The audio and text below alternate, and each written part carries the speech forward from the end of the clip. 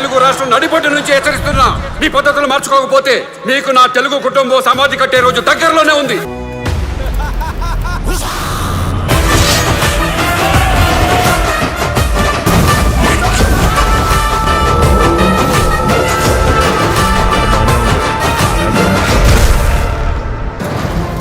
70 ఏళ్లుగా ఒక్కరే రూల్ చేస్తుంటే ఇలాంటివే చూడాల్సి వస్తుంది.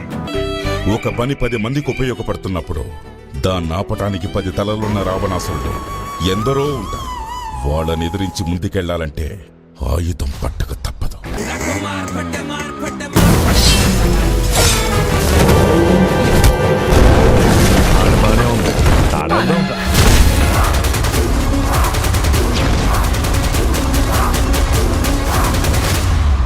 ఈ సినిమా గురించి అదిరిపోయే అప్డేట్లు వస్తున్నాయి. ఇదొక పొలిటికల్ స్టోరీ కావడం, చరణ్ ద్విపాత్రమినేం చేయడం మరో హైలైట్. తండ్రి కొడుకుగా చరణ్ 2 పాత్రల్లో కనిపించబోతున్నాడు.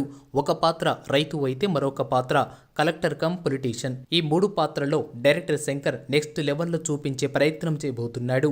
ఒకే ఒక్కడు జెంటిల్మెన్ సినిమాల కంటే గేమ్ చేంజర్ నెక్స్ట్ లెవెల్లో ఉంటుందంట.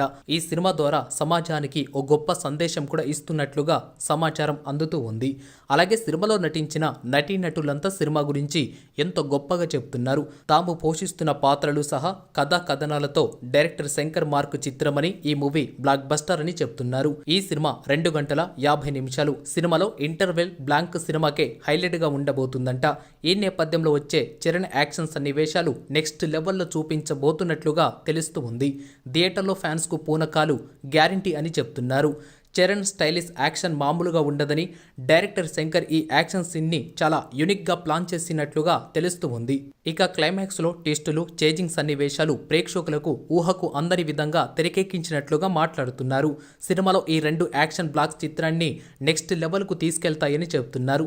ఇక రీసెంట్ గా వచ్చిన ఈ సాంగ్ కూడా సినిమాపై మరింత ఆసక్తి కలగజేస్తున్నాయి. చూస్తూ ఉంటే ఈ మూవీ ఖచ్చితంగా బాక్సాఫీస్ వద్ద భారీ రికార్డు నమోదు చేసే అవకాశాలు కనిపిస్తున్నాయి. రీసెంట్ గా వచ్చిన మూవీస్ కంటే గేమ్ చేంజర్ మూవీకి సంబంధించిన టికెట్లు హాట్ కేకులా అమ్ముడవుతున్నాయి. ఈ వీడియో మీకు నచ్చితే లైక్ చేయండి. ఇలాంటి వీడియోస్ మరికొన్ని కావాలి అంటే ఈ ఛానల్ని సబ్స్క్రైబ్ చేసుకోండి.